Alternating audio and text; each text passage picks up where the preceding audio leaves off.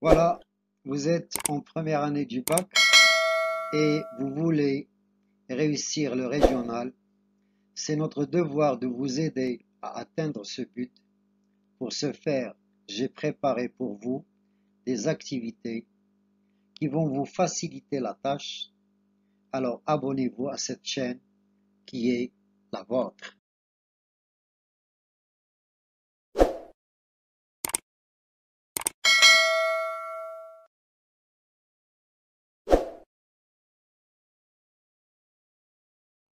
Aujourd'hui, dans cette rencontre, je vais tâcher de faire quelque chose d'inhabituel, quelque chose d'original. Je vais vous expliquer des mots que vous allez rencontrer dans la boîte à merveilles, mais à travers des illustrations. Donc, je vais expliquer les mots par des images, bien sûr.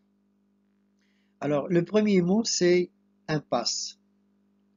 Je vois au fond d'une impasse que le soleil ne visite jamais. Dans la première page de l'œuvre, qu'est-ce que c'est que l'impasse?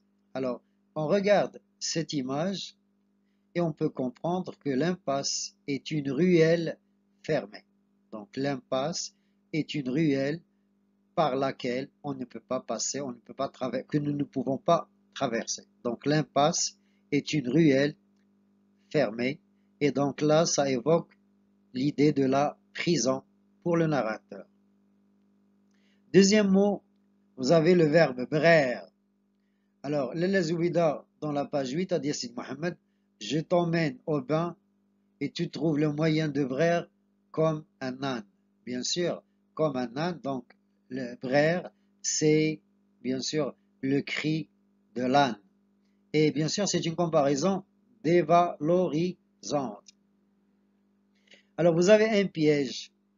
Je vois au fond d'une impasse que le soleil ne visite jamais un petit garçon dresser un piège pour attraper un moineau. Donc Sidi Mohammed avait toujours à la main un petit piège pour attraper les moineaux. Alors, vous avez un patio. Le patio, on le trouve généralement dans les maisons anciennes. Ça se trouve au centre de la maison. C'est en quelque sorte la cour. Elle est généralement à ciel ouvert. Alors le mot suivant, c'est un talisman. Sidi Mohammed, quand il aura 10 ans, il peut composer un talisman. Et le talisman et l'amulette sont des écrits que nous utilisons et que nous mettons dans les poches pour se protéger. On appelle ça un talisman. Donc, c'est quelque chose écrit dans une feuille et que les gens peuvent cacher dans leur pantalon, bien dans leur poche. Alors, le mot suivant, c'est pouilleuse. Lors de la dispute de Rahma, de l'Elazouida avec Rahma, bien sûr, l'Elazouida a traité la voisine de pouilleuse. Regardez, une femme pouilleuse, c'est une femme qui a des poux dans ses habits et dans ses cheveux. Donc, une personne pouilleuse est une personne pleine de poux, surtout dans les cheveux. Alors, la caissière, je crois que le mot est très facile et on a parlé de la caissière justement pour le bain mort. Thomas, la caissière. La caissière, c'est celle qui tient la caisse. Alors, c'est elle qui garde, bien sûr, les habits et les baluchons. Alors, le bain mort, tout le monde le connaît, voilà. Donc, le bain mort, c'est un endroit public où on peut aller se laver. Donc, c'est un lieu public et parallèlement, on peut parler d'un bain turc. Donc, il y a le bain mort, il y a le bain turc avec des différences, bien sûr. Alors, le mot suivant, c'est la porcelaine. Donc, Sidi Mohammed a des boutons de porcelaine dans sa boîte à merveille. Alors, la porcelaine est une matière, c'est la matière avec laquelle on fabrique les assiettes, bien sûr. Vous avez un tourbillon. Alors, dans la boîte à merveille, la page 9, on parle d'un tourbillon de femme. C'est quelque chose qui tourne, soit l'eau, soit l'air, un tourbillon d'air, un tourbillon d'eau, mais dans la boîte à merveilles, il est question de tourbillon de femmes. Donc dans le bain mort, au lieu de se laver, les femmes ne font que tournoyer dans le bain mort. Alors vous avez une planchette. Alors on a cité les planchettes dans l'école coranique. Donc ce sont des planches sur lesquelles les élèves écrivent bien sûr les leçons à réciter, les versets coraniques qu'ils doivent apprendre par cœur. Alors vous avez les carreaux, donc on a parlé des carreaux en décrivant la maison d'un chouafa, bien sûr les carreaux du patio, et c'est ça. Donc les carreaux, c'est pour couvrir le sol. Alors vous avez des crotales. Alors on a cité les crotales dans la page 4 lorsque le narrateur décrivait ce qui se passait dans la maison de la voyante. De temps en temps, elle organise des fêtes et des fêtes auxquelles des gnawa sont conviés et bien sûr ces gnawa utilisent des crotales et des ginbri. Voilà donc les crotales. Alors le mot suivant, bien sûr, c'est yo-yo. Alors, on dit donc le jour du retour de Ma'alem Abslam chez lui, alors les voisines ont lancé des yo-yo de joie, donc c'est un signe de fête, c'est un cri dégagé ou bien, pour exprimer la joie, la fête dans une maison. Alors, vous avez un moineau. Alors, le moineau que Sidi Mohammed a toujours voulu attraper, c'est celui-là. Il veut en faire son compagnon parce qu'il n'a pas d'amis. Il veut considérer le moineau comme son compagnon. Alors, vous avez sangloté, c'est un verbe. Et voilà ce qui signifie, c'est pleurer à haute voix. Donc, sangloter, c'est pleurer à haute voix. Alors, vous avez Ginbri, c'est un instrument de musique utilisé par les Gnawa. Donc voilà, c'est un instrument de musique. Vous avez un baluchon. Alors autrefois, il n'y avait pas de sac et les femmes allaient au bain mort avec des baluchons. Donc ils mettaient leurs habits dans des baluchons tout simplement. Alors vous avez un cadenas. Donc l'un des objets que Sidi Mohammed range dans la boîte à merveilles, c'est un cadenas sans clé. Donc il a un cadenas sans clé dans sa boîte à merveilles. Alors vous avez le bon joint. Alors le bon joint et l'encens sont tout simplement des pierres, des roches qu'on fait brûler pour dégager une belle odeur, surtout par exemple le 27 du Ramadan. On peut sentir cette odeur dans presque toutes les maisons. Alors vous avez un marabout, un mausolée, un sanctuaire, c'est la même chose, et ça désigne le tombeau d'un saint. Donc c'est ça un marabout. Par exemple, Sidi Ali pour elle, Sidi Ahmed Tijani sont des marabouts que le narrateur va visiter. Alors vous avez la catafalque du saint. La catafalque du saint, c'est tout simplement un objet généralement en bois, de forme rectangulaire qu'on met sur la tombe du saint. On a un enfant morveux, donc Sidi Mohammed décrit les autres comme des enfants au nez humide. Alors le nez humide des enfants comporte ce qu'on appelle la morve. Donc un enfant morveux, c'est un enfant qui laisse dégager de son nez cette muqueuse-là. Alors, vous avez l'école coranique ou bien le MSID, c'est une école où les enfants apprennent le Coran, les versets coraniques. Vous avez le souk des bijoutiers. Donc, le souk des bijoutiers est cité lorsque le Ma'alem Abslam a emmené sa femme, Lalla Zoubida, Sidi Mohammed et Fatma, bien sûr, au souk des bijoutiers pour acheter des bracelets à sa femme. Donc, dans un souk des bijoutiers, on peut acheter des bijoux. Alors, vous avez les galettes feuilletées. Donc, le jour de la fête de l'Ashura, Lalla Zoubida a préparé une pile de galettes en pâte, de forme carrée, en pâte feuilletée. C'est quelque chose que nous avons l'habitude de manger ici dans notre pays. Alors, vous avez une boîte. Donc, Sidi Mohammed a une boîte avec laquelle il joue tout le temps. Et dans cette boîte, il y a des objets différents, hétéroclites, des objets ordinaires qui n'ont pas d'importance. Donc, des objets qu'on peut trouver dans la rue, tout simplement. Alors, lorsque le Malem Abslam a perdu son capital, il a décidé de travailler comme moissonneur. Voilà, vous avez une photo des moissonneurs. Vous avez une sacoche. Malem Abslam est ruiné parce qu'il a perdu son argent. Alors, comment est-ce qu'il a perdu son argent? Tout simplement, il a mis tout son argent dans un mouchoir et croyant le glisser dans la sacoche, l'argent est tombé. Donc, voilà la sacoche de Malem Abslam, le père du narrateur. Alors, vous avez boudé. Alors, boudé, lorsque Lalla Zoubida et Lalla Isha, Lalla Zoubida et Rahma ne se parlaient pas, alors l'une boudait l'autre.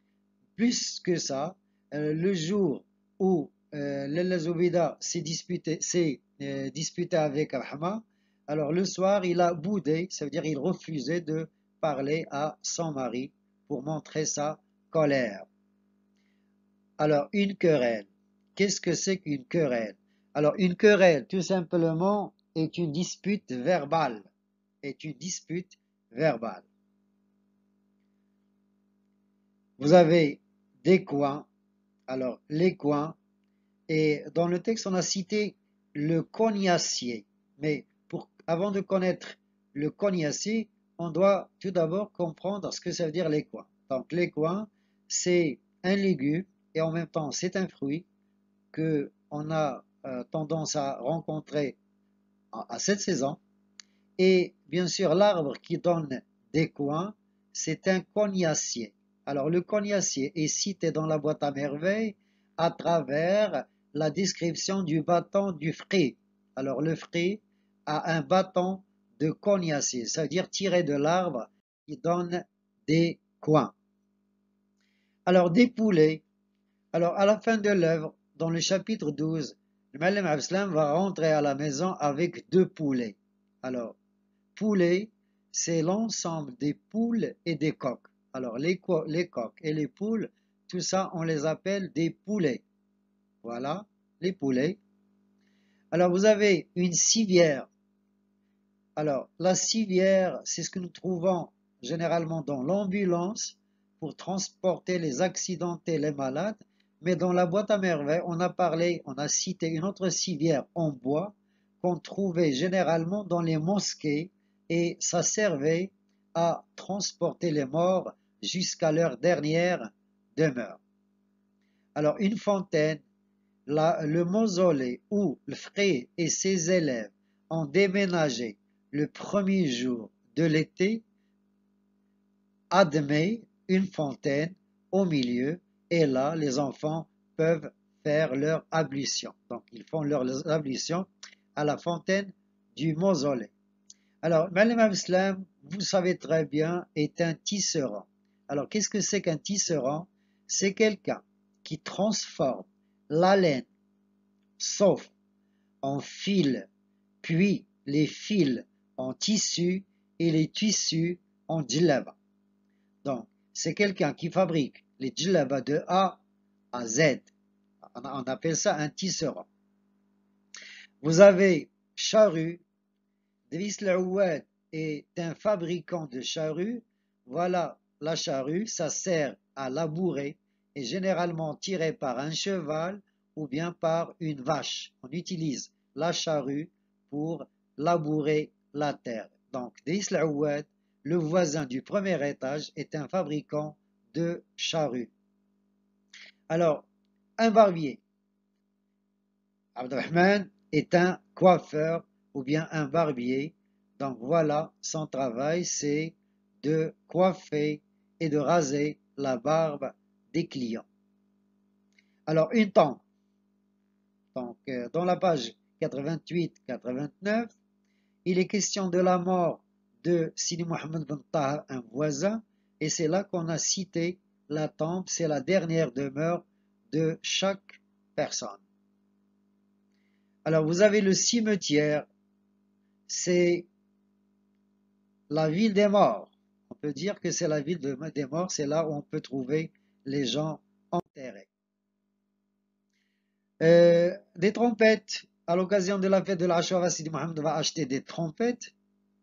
Alors voilà, les trompettes, ce sont des instruments de musique avant. Donc l'enfant souffle dans la trompette pour dégager un son. Alors un couffin, le Malem Abslam, Driss le Teigneux, bien sûr, a l'habitude de faire les commissions. Ça veut dire qu'il va au souk ou bien au marché pour acheter les légumes et la viande. Et bien sûr, il met tout ça dans un couffin. Et le premier jour du printemps, Lella Zoubida, qui a décidé de passer toute la journée chez son amie Lella Aïcha, elle a envoyé un couffin plein de cadeaux avec Driss le Teigneux. Alors, vous avez une coupole. Alors, on trouve généralement la coupole dans les mausolées. Voilà, elle a cette forme-là. La coupole, c'est cette forme-là. Vous avez une théière. Donc, d'habitude, dans la famille du narrateur, le soir, il y a le dîner. Donc, au retour de l'Imam Islam, après la prière de l'Isha, il y a le dîner. Et juste après le dîner, il y a toujours le thé. Et bien sûr, on a cité la théière, c'est l'objet dans lequel on prépare le thé. Alors, vous avez l'absinthe. Alors, dans l'œuvre, le mot absinthe et sauge ont été cités. Ce sont deux plantes qu'on utilise pour préparer le thé. Donc, l'absinthe, c'est ça. Et bien sûr, la sauge, c'est aussi une autre plante qu'on utilise pour aromatiser son thé. Alors, un babouchier. Alors, quand on cite le mot babouchier, on se rappelle Moulay Lavi, parce que Moulay Lavi est un babouchier. Alors, il fabrique et vend les babouches. Donc, voilà un babouchier. Alors, un cierge. Alors, la veille de la fête de l'Ashura, le Malem Islam a acheté à Sidi Mohamed un cierge. Généralement, c'est une grande bougie qu'on trouve, dans la ville de Fès, exactement à Moulay Driss. Les ablutions. Alors, le mot ablution est cité deux fois. Donc, il est cité lorsque les élèves ont déménagé dans le nouveau mausolée, dans la nouvelle école. Donc, les élèves devaient faire leurs ablutions avant de faire la prière avec le frais. Et il est cité dans la page 88 en disant ceci: tout à l'heure, après les ablutions rituelles, il sera vêtu pour la dernière fois de blanc. Donc, les ablutions, c'est pour les vivants et pour les morts. Donc, on fait les ablutions aux vivants et aussi aux morts. Alors, un fossile, le fossile, lorsque le Malem Islam a perdu son travail, il a décidé de travailler comme moissonneur. Pour cela, il a acheté un fossile neuf. C'est un outil pour son nouveau travail. Alors, vous avez des babouches. Donc, ce sont les chaussures traditionnelles marocaines. Vous avez un chapelet. Alors, l'une des œuvres de Ahmed Sfaoui s'intitule Le chapelet d'Anvar. Qu'est-ce que c'est qu'un chapelet? Voilà, c'est ça. Alors, le mot chapelet est cité aussi lorsque le narrateur est allé dans la maison de Sid al-Arafi, parce que Sid al-Arafi avait un grand chapelet. Alors, une lampe à pétrole, dans la page 42, 43, 44. Lalla Zoubida qui a vu une lampe à pétrole chez sa voisine Fatma a éprouvé de l'envie et tout de suite elle a obligé son mari à lui acheter une lampe pareille à celle de Fatma al-Bziwiya. Alors vous avez des beignets. Sidi Mohammed adore les beignets et chaque fois qu'il mange les beignets, il se régale. Sidi Mohammed se régale en mangeant des beignets. Alors, Sidi Ali Bourelb, s'il vous plaît, c'est un mausolée, c'est un marabout qui existe réellement à Fès, et voilà donc son dessin, donc une image qui illustre la vérité de la présence, de l'existence de Sidi Ali Bourelb dans la Médina de Fès. Alors, vous avez un cabochon de verre. Ce cabochon de verre est un cadeau donné par Ahmad à Sidi Mohammed lorsqu'il était blessé à Sidi Ali Bourelb. En fait, qu'est-ce que c'est qu'un cabochon de verre? C'est un petit éléphant de verre. C'est un petit éléphant de verre. Alors, un matou, bien sûr, à Sidi Ali Bourelb, Sidi Mohammed était blessé par un matou. Un matou, tout simplement, est un chat mâle. Donc, il y a la chatte, c'est la femelle, et il y a le matou, c'est le mari de la chatte. Alors, un épicier, Abdullah l'épicier, donc Abdullah travaille comme épicier, donc voilà, il a une petite boutique dans laquelle il vend les épices et tout ce qui concerne l'alimentation. Vous avez le porche du palais est cité dans la première page.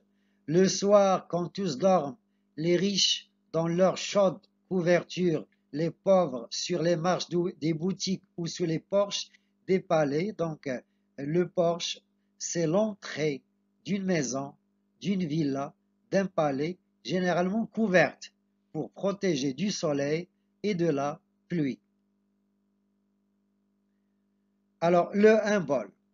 Alors, lorsque le frère a parlé à ses élèves de son intention d'organiser la fête au Msid, il a demandé aux élèves d'apporter chacun la contenance d'un bol d'huile. Voilà ce que ça veut dire un bol. Alors, tête enturbanée. Alors, le jour de la mort de Sidi Mohammed ben Tahar, le voisin, Sidi Mohammed, le narrateur, a décrit les gens dans le cortège, il les a décrits du haut, et ne pouvait voir que des têtes enturbanées. Alors, enturbanées, c'est couverte ou bien coiffée d'un turban. Donc, sur la tête de cet homme, il y a un turban, donc on peut parler d'une tête enturbanée. Alors, la maison d'Al-Chouafa se présente de cette façon. Donc, c'est une maison à 2 étages. Au rez-de-chaussée habite Kenza. Au premier étage, Driss Al-Ouad, sa femme Ahma et sa voisine et leur fille Zineb. Et au deuxième étage, il y a 2 familles. La famille de M'Alem Abslam, qui se compose de M'Alem Abslam, de sa femme Lalla Zoubida et de Sidi Mohammed. Et en face, juste en face, la famille de Allal qui habite avec sa femme Fatma Bziwiya.